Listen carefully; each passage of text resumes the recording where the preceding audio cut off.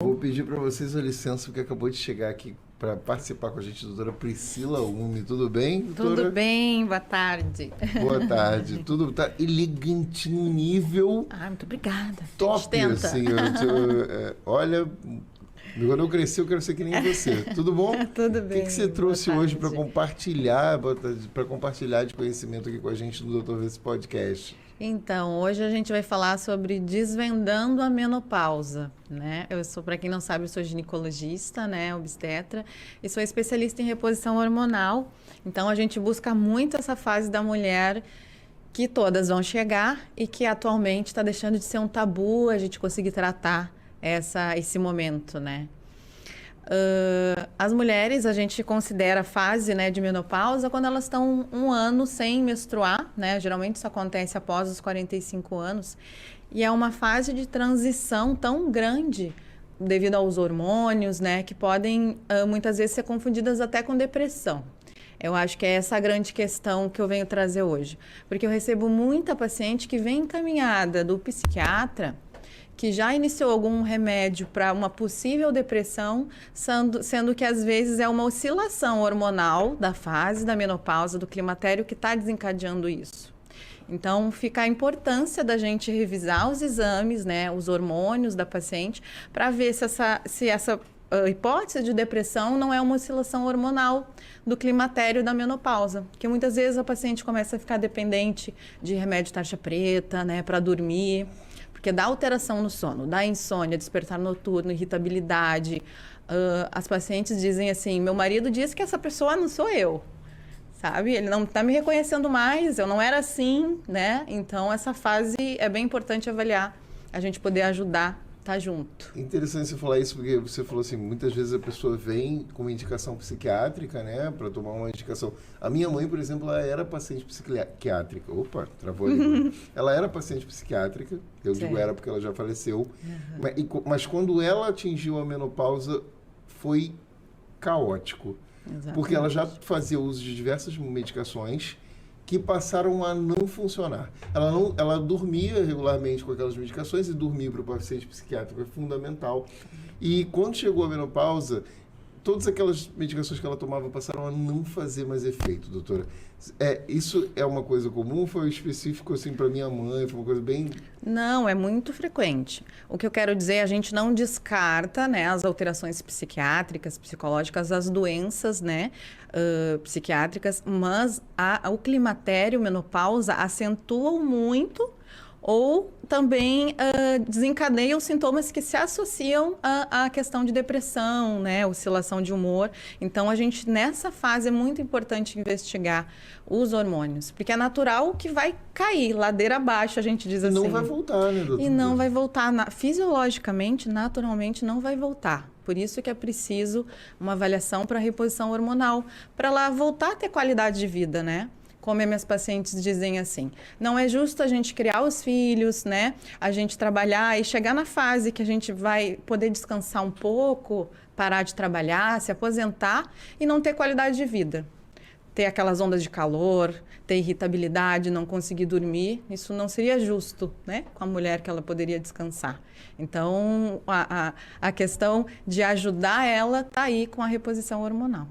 E, assim, normalmente isso acontece a cada 10 mulheres que entram na menopausa. Quantas mulheres têm esses sintomas ou todas têm esses sintomas? Não são todas, mas em torno de 90% vão ter. Então, 9 entre 10 vão ter sintomas. Aí o que varia são os sintomas para cada mulher. Quanto tempo dura essa... Pode durar até 10 anos esses sintomas. Caraca, mas isso É muita coisa, é muita coisa. Né? É. Por isso que, né, essa questão do trabalho, por exemplo, imagina você estar lá tendo que entregar, né, um relatório e de repente vem uma onda de calor que você tem que... Eles descrevem um fogaréu na nuca, você tem que praticamente tirar a parte da roupa, do casaco. É difícil se concentrar, assim. A mesma coisa com uma oscilação hormonal de humor do nada, que tu pensa assim, não sou eu essa pessoa. Tudo pela oscilação que acontece fisiologicamente, né, para as mulheres nessa fase. Por isso é importante tratar.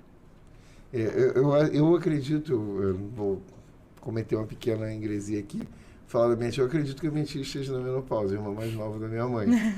E às vezes a gente tá falando no telefone e do nada ela vai desenvolvendo o assunto, daqui a pouco tá chorando.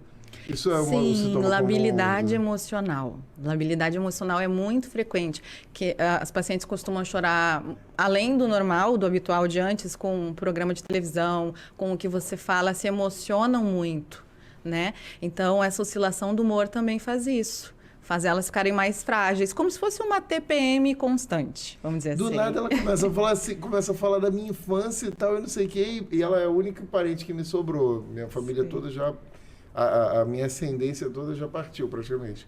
E só sobrou ela. E aí, falar com ela é a coisa mais importante da minha vida. Sim. E aí, às vezes, eu estou falando com ela, ela começa a falar do passado, ela começa a ficar emotiva do nada, assim, ela mesma leva aquilo para uma coisa que daqui a pouco ela já está bolada comigo. Eu não fiz nada, eu nem falei. Ela foi falando sozinha a ligação inteira. E ela já tá bolada comigo, tá brigando comigo. Então, eu acho que eu tenho que receber a tua tia lá. Eu também acho. Para conversar.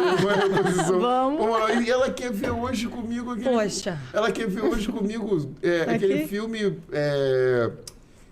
O Som do Silêncio. Eu não sei. Som da Liberdade.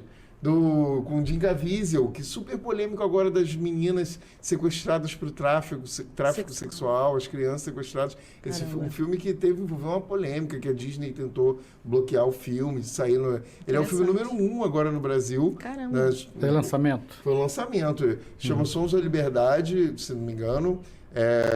Eu sei que em inglês é Sounds of Freedom, mas eu não sei se tradução em português assim. Ficou... Assim, mas com Jim Caviezel, foi uma briga braba que eles fizeram. A Fox topou fazer o filme, vários produtores não quiseram. Depois, aí a Disney foi lá e comprou a Fox por um valor milionário para poder flopar o filme. Não funcionou, o diretor entrou num processo de divulgação nas redes sociais, através de tráfego e tal. E o filme agora tá... Só que é um filme intenso, promete ser o filme do ano. E é um filme denunciando um tráfico que tem que ser denunciado. Tem que ser denunciado. Eu até gosto muito da analogia que ele fez. O diretor, ele falou, uma trouxinha de cocaína só pode ser vendida uma vez, mas uma criança pode ser vendida até 10 vezes por dia. Que horror. E é um horror muito verdadeiro, muito real. E ela quer ver esse filme. Eu também quero ver. Acho que tu já tem programa pra sexta, então. Acho justo. Chorar. Ela quer ver esse filme. Imagino, eu vou pensar. Ela vai se emocionar muito. Já vê o lencinho, com certeza. Eu não sei o que vai acontecer. Acho que vou ter que te ligar. É melhor eu vou ter o cartão, vou ter que te ligar. Segunda-feira, vamos ver. Psiquiatra mesmo, psiquiatra. Não, psiquiatra. Isso eu acho que pode ser uma questão moral. Ela é professora do município, é uma pessoa que sempre trabalhou, admiradíssima na comunidade, 35 anos de magistério. E agora ela está mais emotiva e acho que conversando contigo faz sentido. Faz sentido. Achou a resposta. Vamos fazer os exames dela e avaliar. É importante. Doutora, onde você atua hoje? Onde é que você atende os seus pacientes? Eu tenho 2 consultórios, um aqui na Barra, na Belardo Bueno, que é no Centro Metropolitano, e o outro lá na Zona Sul, em Botafogo, na Voluntários da Pátria. Então, no Instagram é doutora Priscila Ume, para quem precisar, está precisando, eu sou especialista em reposição hormonal, né? Meu foco é especial as mulheres na menopausa, que é uma fase que todas nós vamos chegar. E tem que ser com dignidade, né? Exato, que bom que qualidade. Contigo para poder... Olha, foi esclarecedor. Eu fiquei até um pouco antes de que você chegou... Eu falei assim, nossa, a gente vai falar de um tema super feminino. Eu gosto muito de ter a presença feminina, né? Eu acho que a gente, quando a gente vai falar sobre um assunto como esse, é muito bom ter mais mulheres na mesa. Eu falei, nossa, temos 3 homens aqui, como é que a gente vai lidar com esse assunto? E, na verdade, eu acho que é um trabalho tão incrível esse que você faz, que até mesmo um homem que é um pouco mais limitado, né, que uma mulher, para perceber as coisas, por exemplo... Você falou do calor do fogaréu. Eu nunca vou saber o que é, a não ser que eu entre no incêndio. Nunca vai entender. Eu nunca vou entender. Mas se você conviver com alguém, às vezes as pacientes falam, eu preciso à noite me destapar, me descobrir do calor e o meu marido tá tranquilo ali. Então, os homens reconhecem isso quando, mas sentir mesmo nunca vai. Eu nunca vou. E mesmo assim, através da tua explicação muito elucidativa, eu consegui entender perfeitamente que isso era um sintoma que alguém da minha família, uma pessoa querida, uma pessoa amada, Tá passando. tá passando. Então, E eu acho, Gustavo, só não perdendo a oportunidade, que quando há temas como esse, feminino, nós homens temos que simplesmente fazer só isso. Ouvir. ouvir, Entender. E esse e todos os outros. Não adianta ficar querendo dar opinião. Não, ouve, entende, porque a nossa obrigação é essa. Ouvir. E por E isso às que eu vezes estou aqui a gente quietinho quer ouvindo. falar, né? Também é preciso. É claro, os homens entendem muito a TPM, já está mais esclarecida, mas às vezes a menopausa a gente está desvendando, por isso é o tema, né? Desvendando a menopausa, porque essa fase também tem muita oscilação. Até né? porque não é todas as mulheres que têm isso intensamente. Né? Exato, tem uma oscilação, variação de sintomas e de intensidade, mas é importante entender que é uma outra fase difícil e que a gente pode tratar. Que bom que tem, e que bom que tem tratamento, né? E, assim, no seu caso, especificamente da sua especialidade, quando a pessoa chega lá e tal, você faz a contagem. Primeiro você faz uma verificação hormonal, né? Isso, pra você ter indicação para que a pessoa faça a reposição. A indicação, na verdade, eu acho que se baseiam nos pilares, em 3 pilares. Primeiro, ela ter os sintomas, né? Então, eu faço um questionário de sintomas, até para a paciente entender quais são os sintomas, porque às vezes ela nem sabe. Que essa oscilação hormonal também pode ser pela menopausa, ondas de calor, insônia, ressecamento íntimo, né? Ressecamento da pele. Então, são os sintomas. O segundo são os exames laboratoriais. E a terceira coisa é o sintoma estar incomodando ela. Porque, às vezes, a falta de libido, uma paciente já mais idosa, que não está incomodando, porque não é mais casada, não tem mais parceiro, então ela não deseja melhorar essa parte. Mas, às vezes, ela deseja. Então, a busca pelo tratamento vai nesses 3 pilares. E aí a gente pode usar hormônios bioidênticos, porque todo mundo sempre pergunta, né? E a questão do câncer? Né? Que antigamente dizia a reposição hormonal não pode ser usada porque vai causar câncer. Quando a gente usa hormônios bioidênticos, que significa são isomoleculares, iguaizinhos ao que a gente produz na circulação, a paciente não vai ter o risco de desencadear células tumorais, porque a gente está repondo igual o que ela tem. Então, não é um hormônio sintético, que, por exemplo, vende na academia, né? Reposição hormonal causa câncer, comprovadamente? Quando é sintético, né, de um hormônio que ela não produz naturalmente para uma molécula que não é isomolecular, ao que a gente produz, sim. Ou seja, a gente tem que repor, falando objetivamente, a gente pode repor testosterona bioidêntica, estradiol bioidêntico ou progesterona, que são os hormônios que a gente produz e que podem estar caindo, né, em déficit nos exames de sangue. Outros hormônios a gente já considera sintético. Aí esses outros teriam um risco.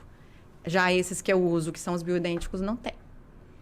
Entendeu? E eu nem sabia nem disso, sabe? Já tem a solução do problema, eu tomei ciência do problema aqui hoje. Porque antigamente só tinha os sintéticos, né? Então, antigamente, por isso que se criou muito essa cultura, que é a reposição hormonal dá câncer. Antigamente, realmente, sim, só tinha os sintéticos que não eram bioidênticos. E agora a gente consegue a molécula igualzinha que a gente produz e que vai decaindo com a menopausa. Legal, né? Caraca, uma aula legal. Não, legal sou eu. Isso aí foi incrível, isso aí foi fantástico. Uma aula gigantesca que encheu meu coração de esperança. Porque é uma temática que quase não se debate, né, hoje. Exato. Aliás, a gente vê mais os podcasts, as pessoas sentando, se reunindo, vindo de longe, para falar mal dos outros.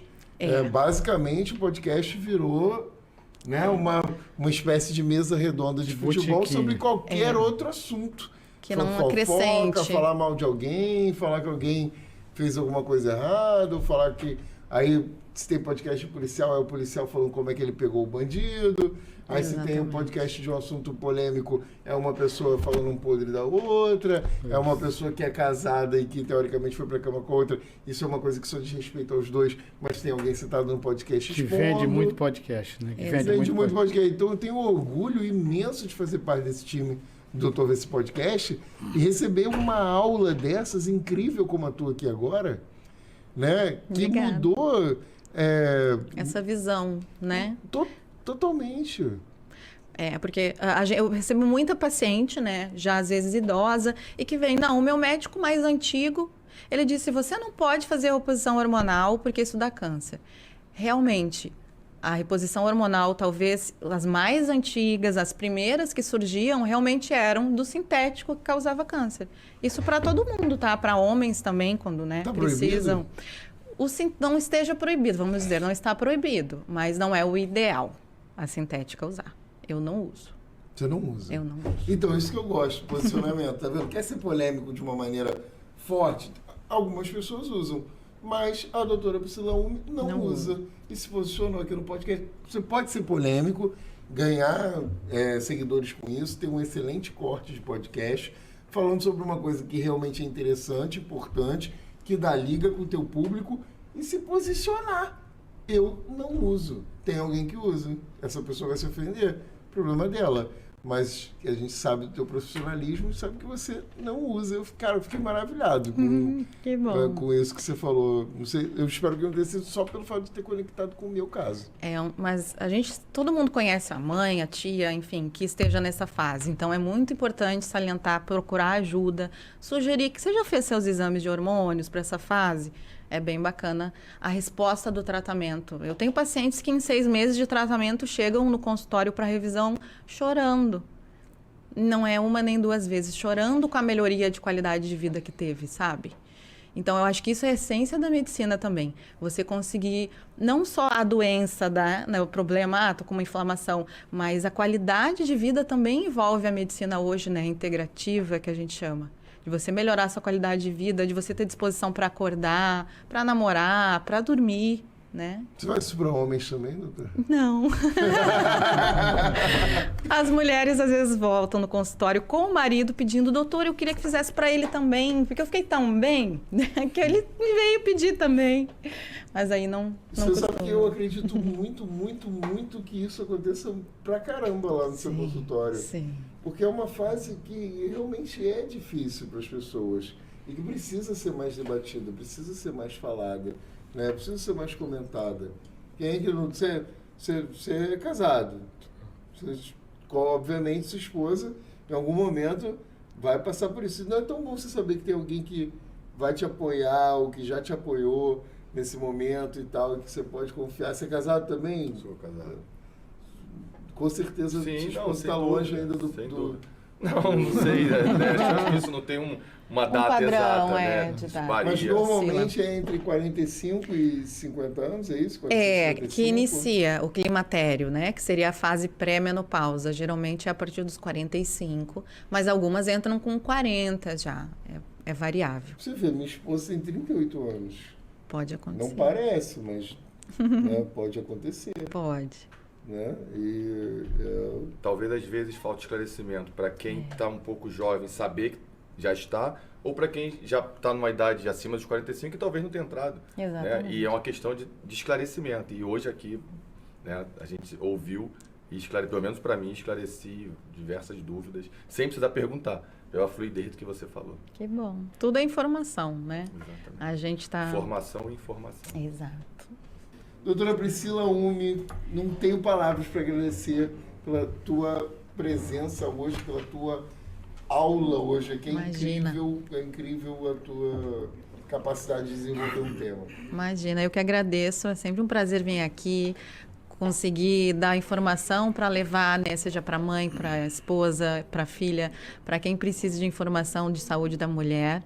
E reforçando, eu sempre digo, menopausa não tem que ser um tempo de pausa, né? A gente brinca, não é menos pausa, né? É mais vida, mais qualidade de vida que a gente busca para a mulher nessa fase. Eu não tenho dúvida.